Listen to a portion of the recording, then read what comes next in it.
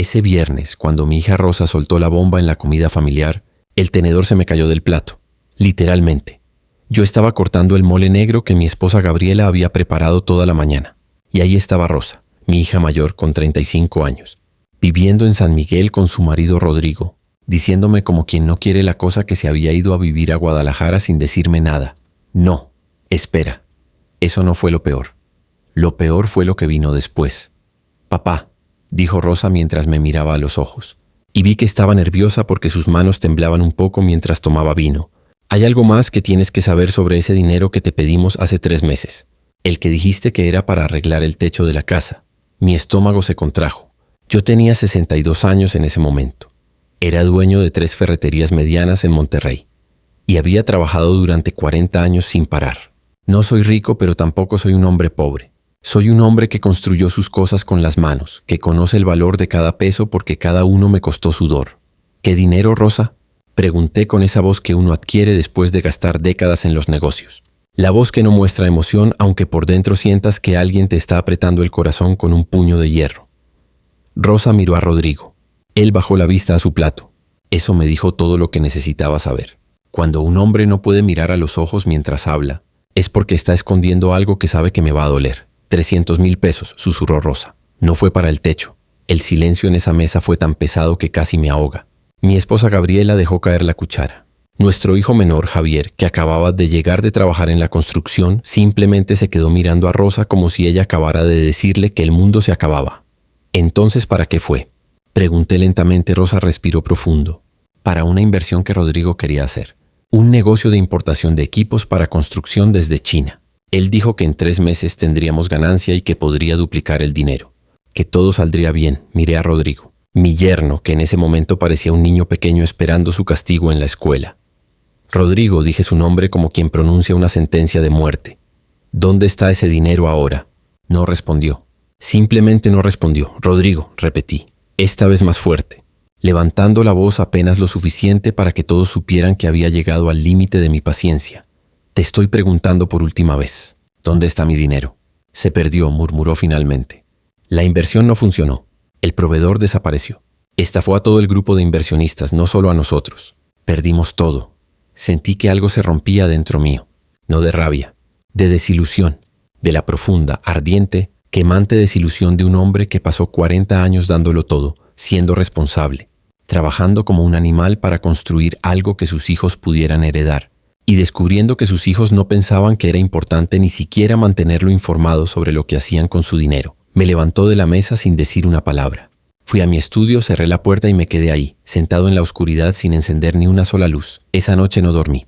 Me quedé sentado en el sillón de cuero que Gabriela me regaló hace 15 años mirando las fotos en la pared.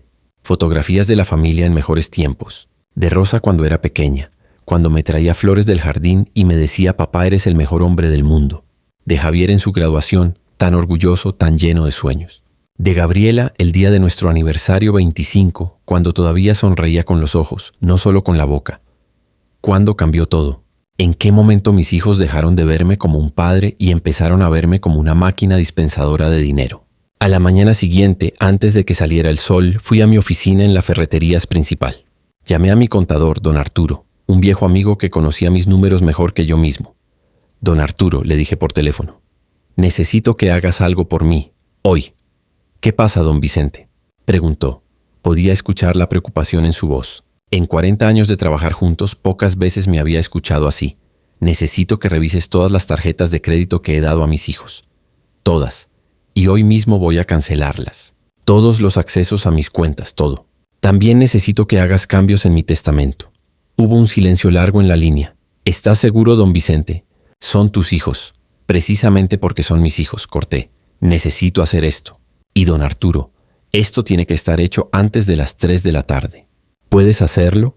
Sí, puedo.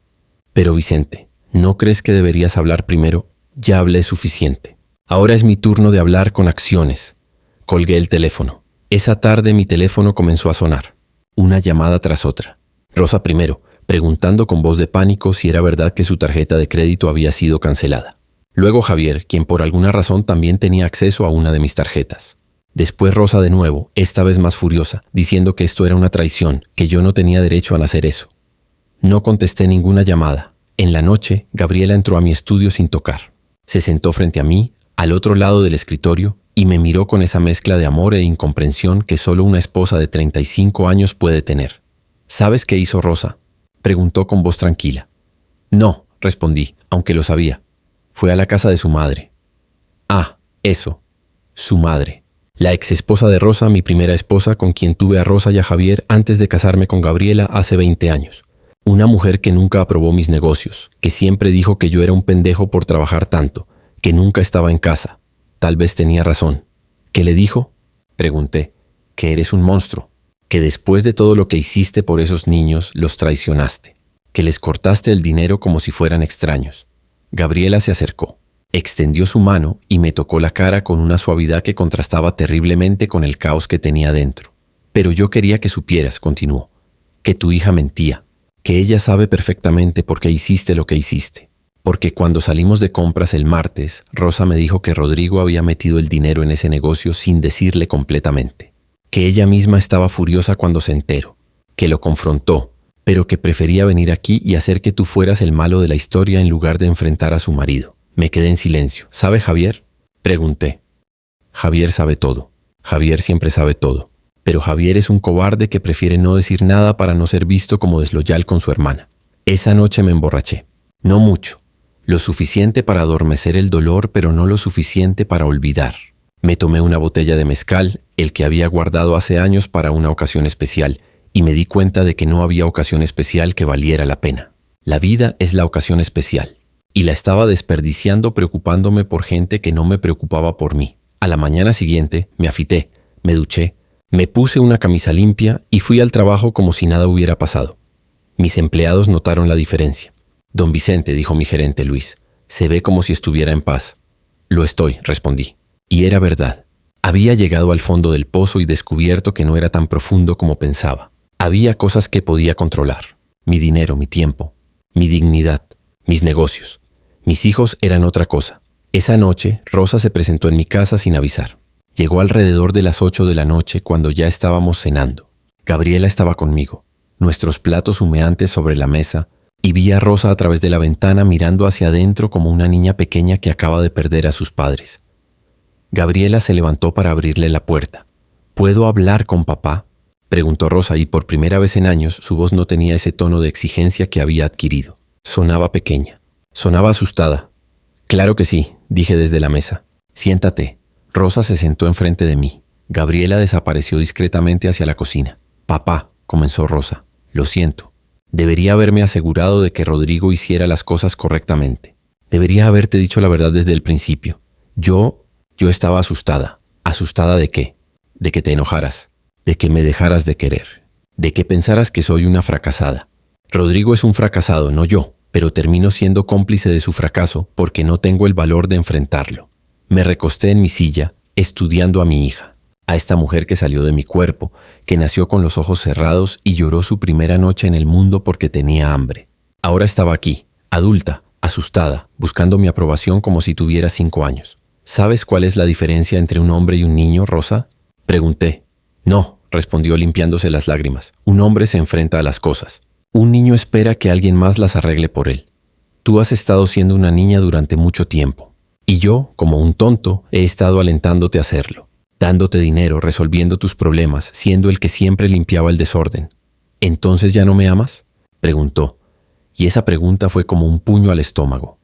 Te amo exactamente igual que siempre, respondí lentamente. Pero el amor no significa habilitarte para que seas una víctima. El amor significa respetarte lo suficiente como para dejar que fracases, que aprendas, que crezcas. He estado cometiendo el error de tu vida al no permitirte caer. Rosa se fue esa noche sin que nada se resolviera, pero algo había comenzado a cambiar. Algo fundamental en la forma en que nos veíamos el uno al otro. En los días que siguieron, descubrí que hay poder en decir no. Hay libertad en establecer límites. Y hay algo extraño que sucede cuando un hombre decide que ya no va a cargar el peso del mundo en sus hombros. Descubrí que podía respirar de nuevo. Pasaron 2 semanas desde el encuentro, con Rosa en la mesa del comedor.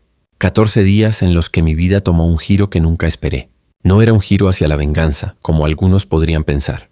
Era un giro hacia adentro, hacia un lugar donde tenía que enfrentarme conmigo mismo sin las distracciones del dinero fácil y las obligaciones familiares. Mi teléfono no dejaba de sonar. Rosa llamaba cada tercer día, pero yo no contestaba. Javier mandaba mensajes de texto que decían cosas como «Papá, tenemos que hablar» o «Por favor, entiende nuestra situación». Mi exesposa, la madre de Rosa, tuvo la poca vergüenza de llamarme a la oficina y decirme, literalmente, que era un padre egoísta y que estaría mejor si muriera antes que verme convertirme en eso. A eso le respondí que se metiera sus opiniones donde no brillaba el sol, y colgué. Gabriela, mi esposa, fue la primera en notar que algo más profundo estaba sucediendo. No era solo rabia, era algo peor. Era claridad. Una noche, mientras cenaba solo en la terraza de nuestra casa en Barrio Antiguo, ella se sentó a mi lado con 2 copas de vino tinto. No dijo nada durante varios minutos. Solo se quedó ahí, mirando las luces de la ciudad que se extendía abajo. ¿Sabes qué es lo peor? Pregunté sin que ella dijera nada primero. Que durante 40 años trabajé para construir algo. No solo dinero, responsabilidad, ética, la idea de que el trabajo honrado tiene valor.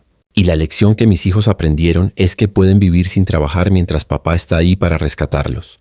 Vicente, dijo Gabriela, usando mi nombre completo, lo cual significaba que esto era serio. Esto no empezó hace 2 semanas. Esto ha estado sucediendo durante años. Y tú lo permitiste. La miré. No estoy siendo cruel, continuó ella. Estoy siendo honesta. Rosa tenía 23 años cuando se casó con Rodrigo. Javier tenía 28 cuando terminó la carrera. Ambos eran adultos. Y ambos aprendieron que la forma más fácil de resolver sus problemas era decirte qué querían. Y tú, porque los amabas, siempre decías sí. ¿Así que es mi culpa? No, es culpa de todos. Pero ahora es tu responsabilidad hacer algo al respecto. Tomé un largo sorbo de vino. Gabriela tenía razón, por supuesto. Siempre la tenía. Esa era una de las razones por las que la amaba. No me decía lo que quería escuchar. Me decía lo que necesitaba saber. ¿Qué quieres que haga? No sé, respondió honestamente. Pero sé que quedarse en la rabia no va a cambiar nada. Tienes que decidir quién quieres ser ahora. ¿Un padre que corta el dinero y cierra la puerta? ¿O un padre que establece límites, pero deja la puerta abierta para algo diferente? Esa conversación me rondó por la cabeza durante 3 días. El viernes siguiente Javier apareció en mi oficina. No llamó primero. Simplemente llegó, con la cara llena de 5 días sin afeitarse y bolsas bajo los ojos que sugerían que tampoco estaba durmiendo bien. Necesitamos hablar, dijo sin preámbulo, cerrando la puerta detrás de él. De acuerdo, respondí, señalando la silla frente a mi escritorio. Hablemos. Javier se dejó caer en la silla como si sus piernas no pudieran sostenerlo. Era mi hijo menor, el que siempre había sido el más tranquilo, el que trabajaba en construcción como yo lo había hecho a su edad, ganándose la vida con sus propias manos. Rosa está teniendo un colapso nervioso, dijo sin más preámbulo. Eso me golpeó. No me lo esperaba. ¿Qué? Que Rosa está en crisis, papá. Rodrigo la dejó. Se fue hace una semana. Dijo que no podía manejar la presión, que ella lo estaba haciendo sentir como un fracasado. Rosa ha estado llorando en su cama durante días. No come, no duerme. Y yo no sé qué hacer porque Rosa es fuerte, ¿sabes? Rosa siempre ha sido la fuerte. Y verla así me asusta. Sentí algo aflojarse en mi pecho. Una parte de mí, la parte que durante 62 años había sido padre, quería saltar de la silla e ir corriendo a consolar a mi hija. Pero otra parte de mí, la parte que había descubierto en estas 2 últimas semanas, sabía que eso era exactamente lo que no debería hacer. ¿Ha ido al médico? Pregunté. No, no quiere. Dice que está bien. Pero no está bien, papá. Yo puedo verlo. Ella está completamente destrozada. ¿Y tú, Javier? ¿Cómo estás tú? Esa pregunta pareció sorprenderlo. Se inclinó hacia atrás parpadeando. Yo estoy preocupado por ella. Eso no es lo que pregunté. Pregunté cómo estás tú. Javier no respondió durante un rato. Entonces lentamente comenzó a hablar. Asustado, admitió. Tengo miedo de que si no hago algo, si no intervengo, Rosa va a hacer algo estúpido. Tengo miedo de que todo esto sea culpa mía porque yo debería haber visto esto venir. Tengo miedo de que Rodrigo vuelva y ella lo reciba con los brazos abiertos. Tengo miedo de que el dinero no regrese nunca. Tengo miedo de ti, papá. Tengo miedo de que hayas decidido que ya no somos tu familia. Aquella última parte fue lo que más me hirió. Me levanté y caminé alrededor del escritorio. Me senté en la esquina cerca de Javier, lo suficientemente cerca como para que viera que esto era personal, no un negocio. Javier, dije, lo que pasó con Rosa y Rodrigo no es culpa tuya. Lo que pasó conmigo cancelando las tarjetas tampoco es sobre ustedes. Es sobre mí. Es sobre un hombre que trabajó 40 años y olvidó de trabajar en su propia vida. Olvidó quién era más allá de ser proveedor. Y eso es algo que tengo que arreglar. Pero Rosa es una mujer adulta, interrumpí. Y sí está sufriendo. Pero su sufrimiento no es responsabilidad tuya. Y tampoco es responsabilidad mía rescatarla cada vez que cae. A veces, Javier, la gente tiene que tocar fondo para aprender a nadar. ¿Entonces no vas a hacer nada? No dije eso. Me incliné hacia adelante. Voy a hacer algo. Pero no voy a hacer dinero. Voy a hacer presencia. Voy a ofrecerle a tu hermana apoyo real, no apoyo financiero. Le voy a sugerir que hable con un profesional. Y voy a estar aquí, como su padre, pero no como su banco. Javier se frotó la cara con las manos. ¿Y el dinero de la inversión de Rodrigo? ¿No vas a intentar recuperarlo? ¿Crees que debo? No. Creo que fue dinero estúpidamente invertido por gente estúpida. Pero es tuyo. Tienes derecho a intentarlo. Asintió con la cabeza. Tal vez haré algunas llamadas. Pero Javier, incluso si lo recupero, ese dinero no será para Rosa. Ese dinero será para mí, porque fue mi dinero lo que se perdió. ¿Me entiende? Sí, te entiendo. ¿Y hay algo que quieras decirme? Pregunté. ¿Algún dinero tuyo también invertido en ese negocio? Javier vaciló. 5,000 pesos, murmuró. ¿De dónde sacaste 5,000 pesos? Los ahorraba de mi trabajo en construcción. Pensé que sería un buen negocio. ¿Y no consultaste conmigo? ¿Para qué? Para que me dijeras que era una mala idea. Para que me rescataras si algo salía mal. Estoy cansado de ser rescatado, papá. Por eso no te lo dije. Eso fue más honesto de lo que esperaba. Y más doloroso. Bien, dije finalmente. Ese dinero es tuyo. Lo perdiste. Esa es una lección valiosa. Aprenderás de ella. ¿Así de fácil? No es fácil, pero es justo. Y la justicia es más importante que la comodidad. Javier se fue 1 hora después. No besé su cabeza cuando se fue. No le dije que lo amaba. Simplemente le mostré la puerta y dejé que se fuera. Pero luego, solo en mi oficina, llamé a Rosa. Respondió al tercer timbrazo, como si estuviera esperando mi llamada. Papá, dijo. Y en esa simple palabra pude escuchar todo el dolor, la confusión, el miedo de una hija que había perdido su brújula. Rosa, necesito que hagas algo por mí. ¿Qué? Preguntó esperanzada, como si estuviera a punto de ofrecerle dinero. Necesito que llames a un psicólogo, alguien profesional, alguien que pueda ayudarte a entender qué sucedió con Rodrigo y por qué permitiste que sucediera. Papá, no estoy loca, no dije que lo estuvieras, pero estás sufriendo, y el sufrimiento que no se trata se convierte en cicatrices, y las cicatrices se transmiten a la siguiente generación. No quiero eso para ti, quiero que sanes, de verdad. ¿Y tú?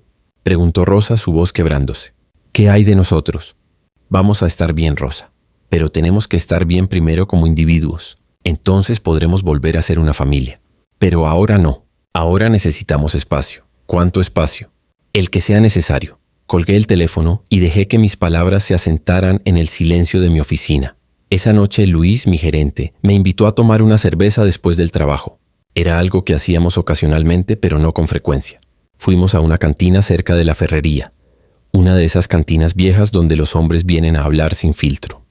Don Vicente, dijo Luis después de la segunda cerveza, puedo ver que algo está comiendo su paz. Lleva días así. No negué nada, solo le conté toda la historia. El dinero perdido, las hijas, los yernos, el corte de tarjetas, todo. Luis escuchó sin interrumpir. Cuando terminé pidió otra ronda. Tengo un hijo, dijo finalmente, que tiene 30 años.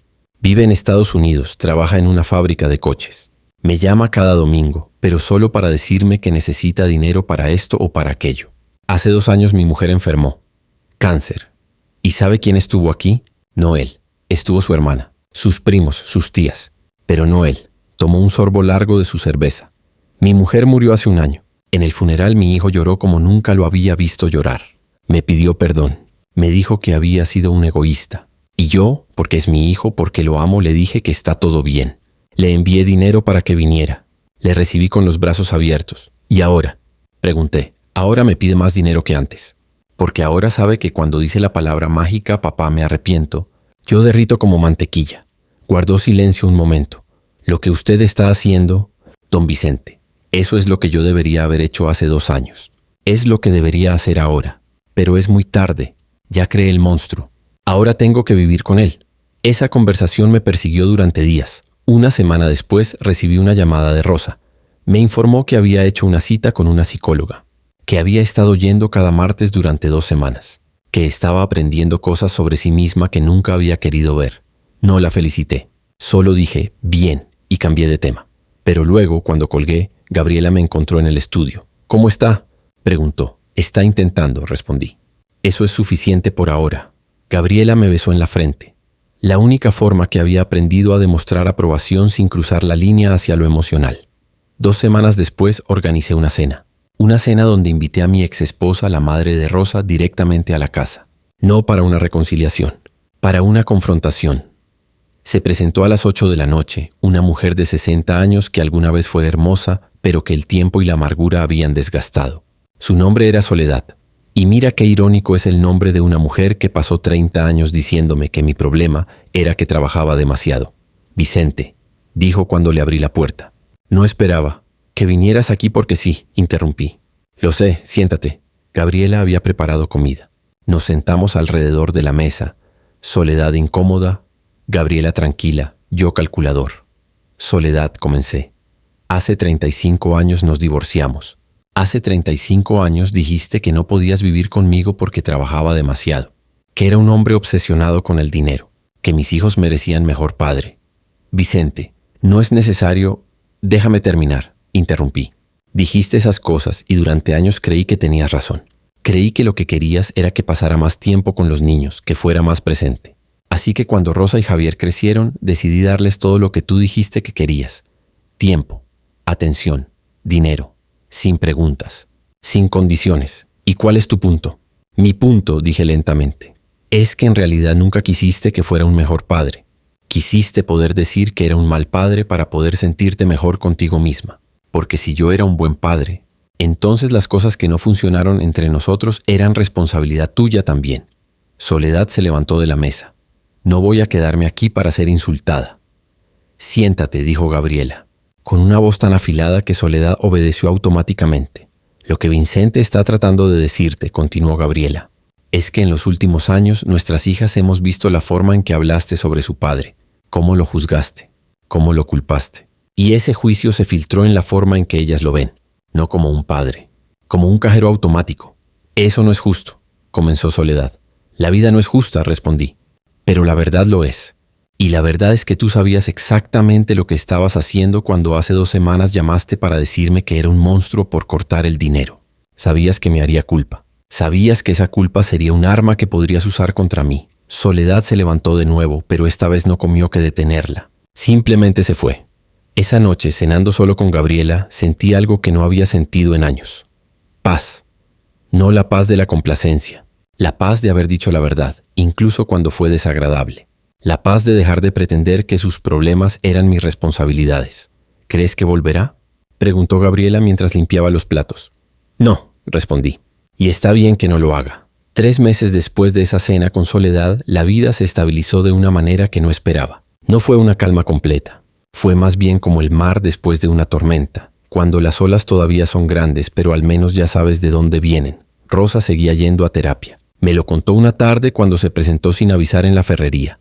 Algo que no había hecho en años. Entró al patio donde estaba revisando una carga de tuberías de cobre y por un momento no la reconocí. No por su apariencia, sino por su postura. Ya no estaba encorvada como si llevara el peso del mundo. Estaba de pie, recta, mirándome a los ojos. «Hola, papá», dijo. «Rosa», respondí limpiándome las manos en un trapo. «¿Qué te trae aquí?» Estaba cerca. Trabajé hoy, eso fue nuevo. Rosa trabajando. Rosa, que durante los últimos 5 años, desde que se casó con Rodrigo, había sido una mujer de casa. ¿Trabajaste dónde? En una tienda de decoración. Medio tiempo. Es difícil, pero es bueno. Me hace sentir como si estuviera haciendo algo con mi vida, además de limpiar la casa de un hombre que me abandona. No dije nada. Solo la dejé hablar. Mi terapeuta dice que tengo patrones, continuó Rosa, sentándose en una caja de herramientas vacía. Que busco hombres que me dejen, porque en el fondo creo que no merezco que alguien me ame completamente. Y que eso viene de ti. ¿De mí? Sí. Dice que como trabajabas todo el tiempo, aprendí que el amor era algo que tenías que ganar. Que si eras lo suficientemente buena, si eras lo suficientemente perfecta, entonces el hombre que amabas finalmente te daría atención. Y cuando Rodrigo empezó a ignorarme, a hacer negocios sin incluirme, eso se sintió familiar. Familiar era cómodo. Dejé caer el trapo que había estado sosteniendo. ¿Y qué dice tu terapeuta que deberías hacer al respecto? Dice que tengo que entender que el amor no es transaccional, que no puedo comprar el amor de alguien siendo lo suficientemente buena, y que tengo que aprender a amarme a mí misma primero, o voy a terminar repitiendo los mismos patrones con el siguiente hombre. Respiré profundo. ¿Y crees que tiene razón? Sí, dijo Rosa, y esa fue la respuesta más honesta que me había dado en años. Creo que tiene razón. Y también creo que tú ya sabías esto. Por eso cortaste el dinero. Porque sabías que si no lo hacías, yo nunca aprendería a valerme por mí misma. Me senté en una de las cajas frente a ella. Rosa, no corté el dinero porque tuviera un plan maestro para tu sanación psicológica. Corté el dinero porque estaba furioso y herido y no sabía qué más hacer. Pero tal vez sin saberlo, hice lo correcto por las razones equivocadas. Mi terapeuta también dice que eso es común, respondió con una ligera sonrisa, que a veces la vida nos pone en la posición correcta sin que entendamos completamente por qué. Nos quedamos en silencio durante un rato. El ruido de la ferrería continuaba alrededor de nosotros, los empleados cargando y descargando materiales, las máquinas funcionando, la vida ordinaria. ¿Cómo está Javier?, preguntó Rosa finalmente. Bien, está trabajando en un proyecto de construcción grande en San Pedro. Dice que es lo más grande que ha hecho. Parece que finalmente está encontrando su camino. ¿Ha estado viniendo a cenar? No, aún no, pero llama cada 2 semanas. Es un comienzo. Rosa asintió. ¿Y Rodrigo?, pregunté. Lo vi el mes pasado, respondió sin emoción. Vino a recoger sus cosas. Me pidió dinero prestado. Dije que no. Sonreí. No pude evitarlo. ¿Fue difícil? Terriblemente difícil, admitió. Cada fibra de mi ser quería darle dinero, resolver el problema, asegurarme de que estuviera bien. Pero pensé en lo que dijiste, que el sufrimiento que no se trata se convierte en cicatrices. Y decidí que no iba a permitir que Rodrigo fuera un cicatriz en mi vida. Iba a dejar que se las arreglara solo, como yo estoy aprendiendo al hacerlo. Después de que Rosa se fue, me quedé en la ferrería hasta bien entrada la noche. Luis, mi gerente, pasó por mi oficina alrededor de las 9. ¿Está todo bien, don Vicente? Sí, respondí. Mejor que bien. Luis, ¿sabes qué es lo que he aprendido en estos últimos meses? ¿Qué? Que el dinero no es el regalo más importante que un padre puede dar. El regalo más importante es la verdad. Y a veces la verdad duele. A veces la verdad significa quedarse callado mientras alguien que amas comete errores. A veces significa no rescatar a alguien cuando podrías. Pero si quieres que tus hijos se conviertan en personas completas, en personas que se respetan a sí mismas, tienes que ser lo suficientemente valiente como para dejarlos caer. Luis guardó silencio un momento. Mi hijo, dijo finalmente, llegó ayer de Estados Unidos. Viene a pasar una semana. Quiere que hablemos. ¿Sobre qué? Sobre dinero probablemente. Pero después de escuchar su historia, don Vicente, creo que voy a intentar algo diferente. Voy a escuchar qué tiene que decir. Y luego voy a decirle que no voy a darle más dinero, que tiene que resolver sus propios problemas. ¿Crees que eso va a funcionar? No tengo idea, admitió Luis. Pero aprendí de usted que a veces el amor significa no dar. Una semana después organicé una cena en casa. Solo Gabriela y yo. No fue planeado. Simplemente sucedió. Gabriela preparó un mole negro, el que su abuela le había enseñado, y yo preparé un pan de muerto, aunque no era temporada, solo porque sentía que necesitaba hacerlo. Mientras comíamos, Gabriela me preguntó algo que me había estado evitando durante meses. ¿Te arrepientes? ¿De qué? De cualquier cosa. Del dinero que perdiste, de la forma en que trataste a tus hijos, de la decisión que tomaste hace 3 meses. Pensé cuidadosamente antes de responder. Me arrepiento de no haber puesto límites antes, dije finalmente. Me arrepiento de haber permitido que mis hijos creyeran que el dinero era lo más importante. Me arrepiento de haber confundido amor con dinero durante tanto tiempo. Pero no me arrepiento de lo que hice. Porque aunque fue duro, aunque dolor ha sido abundante, también ha habido crecimiento. Rosa está aprendiendo a amarse. Javier está aprendiendo que puede construir algo con sus propias manos. Y yo estoy aprendiendo que puedo ser un padre sin sacrificarme completamente en el proceso. ¿Y si Rosa vuelve a cometer un error? ¿Si Javier pierde dinero de nuevo? Entonces cometerán esos errores, respondí. Y aprenderán de ellos, como aprendemos todos. 2 semanas después recibí una llamada de Javier. Dijo que quería venir a cenar el domingo, que quería hablar conmigo sobre algo importante. No pregunté qué era. Solo dije que sí. El domingo llegó con cielo gris. Javier se presentó a las 6 de la tarde, acompañado por una mujer que no conocía. Era menuda, con el cabello oscuro rizado y ojos inteligentes. Se presentó como Mariana y dijo que había trabajado con Javier en el proyecto de construcción en San Pedro. Gabriela los recibió con el entusiasmo que siempre reservaba para ocasiones especiales. Preparó una comida elaborada y durante la cena Javier hablaba principalmente sobre Mariana, sobre cómo se habían conocido, sobre cómo ella le había enseñado a ver las cosas de manera diferente. «Papá», dijo Javier cuando terminamos de comer, «tengo algo que quería decirte frente a Gabriela». «De acuerdo», respondí, brindando por un momento el caos que podría venir. Javier y Mariana están esperando su primer hijo. Hace 2 semanas Mariana se presentó en mi oficina con una foto de la ecografía. Javier estaba nervioso, preguntando si estábamos listos para ser abuelos. Gabriela lloró de alegría. Yo simplemente sonreí y dije que era el mejor regalo que podían darme. Y no estaba mintiendo.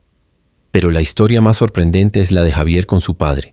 Hace 3 meses Luis, mi gerente, me pidió que saliera temprano del trabajo. Dijo que había algo importante que quería que viera. Lo seguí a su casa. Una pequeña casa en el barrio obrero donde había vivido durante 30 años. Adentro estaba su hijo, Miguel, un hombre de 32 años que trabajaba en una fábrica de coches en Detroit. Lo que sucedió esa tarde cambió mi vida de una manera que no esperaba. Miguel y Luis estaban trabajando juntos en el patio trasero. No hablaban, solo trabajaban. Estaban construyendo un pequeño corral para las cabras que Luis había decidido criar. Miguel estaba colocando vigas de madera. Luis estaba mezclando cemento. Trabajaban en silencio, pero había algo en ese silencio que era profundamente diferente al silencio de dolor que había experimentado hace un año. Era un silencio de entendimiento. Cuando terminaron de trabajar, Luis me presentó a Miguel. Nos dimos la mano, y Miguel dijo algo que me golpeó directamente en el pecho. Mi papá me contó lo que hizo don Vicente, lo que pasó con su familia, y cómo eso lo inspiró a hacer algo diferente conmigo. Quería decirle que funcionó, que cuando mi papá dejó de darme dinero finalmente tuve que crecer, que ahora trabajo en la fábrica, gano mi propio dinero y he ahorrado lo suficiente para traer a mi novia de Estados Unidos. Y sabe que, don Vicente, por primera vez en mi vida mi papá me mira con respeto, no con lástima, no con obligación, con respeto genuino. Luis tenía lágrimas en los ojos. Tiene razón, dijo. Mi hijo y yo finalmente somos un padre e hijo de verdad, no un proveedor y un receptor. Es lo mejor que ha pasado en nuestras vidas. Esa noche, Gabriela y yo nos sentamos en la terraza, mirando las luces de la ciudad. Era una noche clara, con estrellas visibles, algo raro en Monterrey. ¿Sabías que esto iba a suceder?, preguntó Gabriela. No, respondí honestamente. Pensé que todo se desmoronaría. Pensé que mis hijos nunca me perdonarían. Pensé que había cometido el mayor error de mi vida. Y ahora sé que a veces el error más grande es el mejor regalo que puedes dar. Porque es a través del error, a través del fracaso que aprendemos quiénes somos realmente. Una semana después recibí una visita inesperada. Era mi exesposa Soledad. La primera vez que la había visto desde aquella cena incómoda en la que prácticamente la expulsé de mi casa, parecía diferente. Más pequeña tal vez. Menos amargada definitivamente. «Hola Vicente», dijo cuando abrí la puerta. «Soledad». No la invité a entrar. Simplemente esperé. Vino Rosa, explicó. Vino a visitarme la semana pasada. Me contó todo, sobre la terapia, sobre Rodrigo, sobre Carlos, sobre cómo finalmente estás aprendiendo a ser el padre que siempre quisiste ser. Guardé silencio. Y vino Javier también, continuó. Con Mariana. Me mostró el departamento que están construyendo juntos. Y me contó sobre cómo aprendió el valor del trabajo honrado observándote durante años. Cómo, aunque trabajabas mucho, nunca le hiciste sentir como si no fuera suficiente. ¿A dónde quieres llegar con esto? A que me equivoqué, dijo simplemente Soledad. Me equivoqué hace 35 años cuando te dije que eras un mal padre porque trabajabas demasiado. Me equivoqué durante años cuando les dije a nuestros hijos que su padre era un hombre obsesionado con el dinero. Y me equivoqué hace un año cuando te llamé para decirte que eras un monstruo. Porque después de ver cómo está tu vida ahora, después de ver cómo están nuestros hijos ahora, entiendo que siempre fuiste un buen padre. Solo fuiste un padre al que le costó trabajo aprender que el amor a veces significa no dar. No supe qué decir. Así que simplemente dije la verdad. Soledad, acepté lo que dijiste hace años porque en el fondo creía que tenías razón. Creía que no era suficiente. Que siempre debía hacer más, dar más, ser más. Y pasé 30 años viviendo en esa mentira. Así que no te perdoné por aquella cena.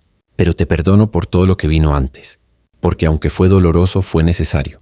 Soledad lloró. No era la lloradora dramática que recordaba. Eran lágrimas tranquilas, las lágrimas de una mujer que finalmente está viendo la verdad. ¿Puedo hablar con Rosa?, preguntó. Eso es entre tú y ella, respondí.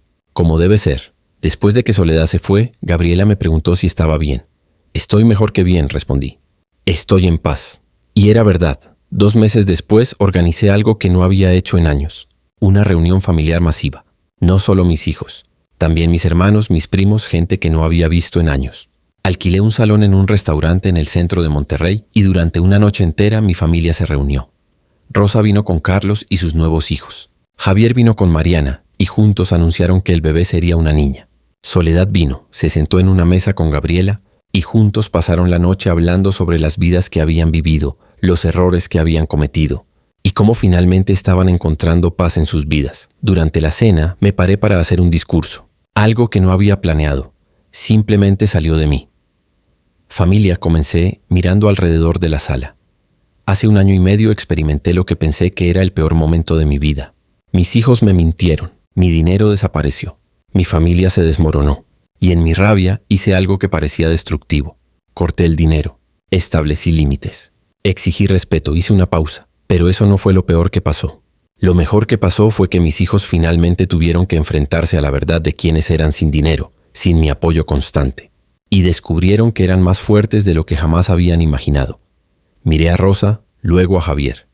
Vi a mi hija trabajando por primera vez en su vida y descubriendo que es brillante en los negocios. Vi a mi hijo construyendo un departamento con sus propias manos, trabajando codo a codo con la mujer que ama. Vi a mi exesposa finalmente perdonarse a sí misma por años de amargura. Y vi a mi esposa, Gabriela, permanecer a mi lado durante todo el caos, creyendo en mí incluso cuando no me creía en mí mismo. Levanté mi copa. Así que brindo por los errores que cometemos, por el dolor que nos enseña, por la familia que nos desafía a ser mejores, y por la paz que viene cuando finalmente aprendemos que el amor no es dinero. El amor es respeto, el amor es presencia, el amor es la voluntad de estar ahí, no para rescatar, sino para respetar. Todos brindaron. Rosa lloraba, Javier sonreía, Gabriela estaba radiante. Esa noche, después de que todos se fueron, Gabriela y yo nos quedamos en el restaurante después de que cerraron. Nos sentamos en la terraza, mirando las luces de la ciudad, tomando lo que quedaba del vino. ¿Sabes qué fue lo mejor de todo esto?, preguntó Gabriela. ¿Qué? Que recuperaste a ti mismo, no solo tu relación con tus hijos, pero tú mismo, el hombre que tenía sueños propios, el hombre que tenía una vida fuera de ser proveedor. Ese hombre está de vuelta. Tenía razón. Había empezado a hacer cosas que no había hecho en años. Jugaba golf con Roberto nuevamente. Leía libros. Tomé clases de cocina italiana, algo que Gabriela siempre quiso hacer conmigo. Incluso empecé a escribir. Nada importante. Solo reflexiones sobre mi vida, sobre lo que había aprendido. Una noche, mientras escribía en mi estudio, me preguntó si la historia que estaba contando podría ayudar a otros. Si había padres como yo, hombres que habían pasado décadas sacrificándose, preguntándose si lo que estaban haciendo era suficiente. Y entonces comprendí algo fundamental. Esta historia no es sobre mí, es sobre todos nosotros. Es sobre hombres y mujeres que aman profundamente pero no saben cómo establecer límites. Es sobre padres que sacrifican tanto que olvidan que también tienen una vida que vivir. Es sobre el coraje que se requiere para decir no. Es sobre la sabiduría de dejar caer a alguien que amas para que pueda aprender a levantarse. Hace 1 mes recibí una carta. Era de un hombre que había escuchado mi historia de una forma u otra, compartida entre amigos. Decía que tenía un hijo que le había estado pidiendo dinero durante años, que leyó sobre mi experiencia y decidió hacer algo similar, que canceló todas las tarjetas de crédito, que estableció límites, y que su hijo, quien tenía 35 años y nunca había trabajado un día en su vida, finalmente consiguió un trabajo. No fue fácil, escribió el hombre. Fue el año más difícil de mi vida, pero mi hijo está bien, está trabajando, está creciendo, y juntos estamos descubriendo qué significa ser una familia de verdad. Esa carta me hizo llorar. Hace 3 días, Javier y Mariana vinieron a visitarme a la oficina. Tenían noticias. El bebé vendría en 2 meses, y querían que fuera el padrino, que fuera parte de su vida de una manera diferente a como había sido parte de la mía cuando era joven, no basada en dinero, basada en amor. ¿Hay algo que necesites?, pregunté como había hecho 100 veces antes, esperando que finalmente pidieran algo que pudiera resolver con dinero. Sí, dijo Javier. Quiero que me enseñes a ser un padre diferente a como lo fuiste. Quiero que enseñes a tu nieta que el trabajo honrado tiene valor. que establecer límites es sabiduría, que el amor sin respeto es solo transacción. Asentí con la cabeza. Lo haré, promete. Lo haré con todo mi corazón. Esa noche, sentado en la terraza con Gabriela, mirando las luces de la ciudad, supe que había llegado a donde necesitaba estar. No era perfección. Todavía hay días difíciles. Todavía hay momentos donde mi instinto es rescatar, dar, resolver. Pero ahora tengo la sabiduría de resistir ese impulso. Ahora tengo la fuerza de decir no. Gabriela tomó mi mano. ¿De qué estás pensando?, preguntó. De cómo una boda perdida cambió todo. De cómo un momento de verdad puede desencadenar una cascada de transformación. De cómo el dolor, cuando se enfrenta correctamente, se convierte en sabiduría. ¿Y crees que valió la pena? Totalmente, respondí. Porque ahora no solo tengo una familia que me ama, tengo una familia que me respeta. Y eso es algo que el dinero nunca podría comprar. El viento sopló suavemente esa noche. Y por un momento juro que sentí la presencia de mi madre, mi padre. Todos aquellos que vinieron antes que yo, que trabajaron duro, que sacrificaron, pero que también aprendieron en algún momento de sus vidas que el verdadero legado no es dinero. Es el carácter que transmites. Es el ejemplo que das. Es la sabiduría que compartes. Ese es mi legado ahora. No las ferreterías. No el dinero. El carácter. La sabiduría. El amor. Hace una semana recibí una llamada de un hombre que no conocía. Dijo que era psicólogo, que había estado leyendo sobre mi historia, que de alguna manera se había convertido en viral entre ciertos círculos de gente que estaba lidiando con problemas familiares similares. Me preguntó si estaría dispuesto a hablar con otros padres, para contarles mi historia, para ayudarles a ver que no están solos. ¿Quiere dinero?, pregunté con cierta sospecha. No, respondió. Quiero que ayude a otros padres a entender que el amor verdadero a veces significa no dar. Acepté. El próximo mes voy a hablar en una conferencia sobre paternidad. Voy a contar mi historia. Voy a hablar sobre los errores que cometí, los límites que establecí, el crecimiento que resultó, y espero que al menos una persona en esa sala finalmente tenga el coraje de hacer lo que yo hice, de decir no, de establecer límites, de permitir que sus hijos crezcan. Porque al final del día, eso es lo que significa amar de verdad. No es dar sin fin, es creer en alguien lo suficiente como para dejarlos luchar. Es tener la fe de que pueden aprender. Es tener el coraje de que cuando caigan se levantarán. Mi nombre es Vicente Guerrero. Tengo 64 años. Soy dueño de 3 ferreterías en Monterrey. Pero más importante que eso, soy un padre. Un padre que finalmente aprendió a amar de la manera correcta. Y esa lección me costó todo. Pero me dio todo. Un año después de ese discurso en la conferencia recibí una invitación. Era de un hombre que había asistido a mi charla. Su nombre era Roberto. Tenía 62 años y también era empresario. Dijo que después de escucharme hablar, había tomado la decisión de establecer límites con sus hijos, que había sido el año más difícil de su vida, pero que sus hijos finalmente estaban creciendo. Me invitaba a cenar para agradecerme. Fui con Gabriela. Durante la cena, Roberto me contó su historia. Era diferente de la mía en los detalles, pero idéntica en la esencia. Un padre que amaba demasiado, hijos que aprendieron a depender. Un momento de verdad que se convirtió en transformación. Antes de irme, Roberto me dijo algo que se quedó conmigo. Vicente, hiciste lo que pocos hombres tienen el coraje de hacer.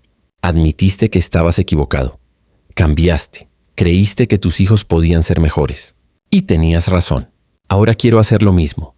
Quiero darle a otros hombres la esperanza de que no es demasiado tarde, que siempre hay tiempo para cambiar. Siempre hay tiempo para aprender. Esa noche, manejando de regreso a casa, le dije a Gabriela que estaba considerando escribir un libro. No un libro de autoayuda, solo mi historia, la verdadera historia, con toda la rabia, el dolor, el crecimiento. Gabriela sonrió. Ya es hora, dijo. Ya es hora de que el mundo sepa que un hombre ordinario puede aprender lecciones extraordinarias.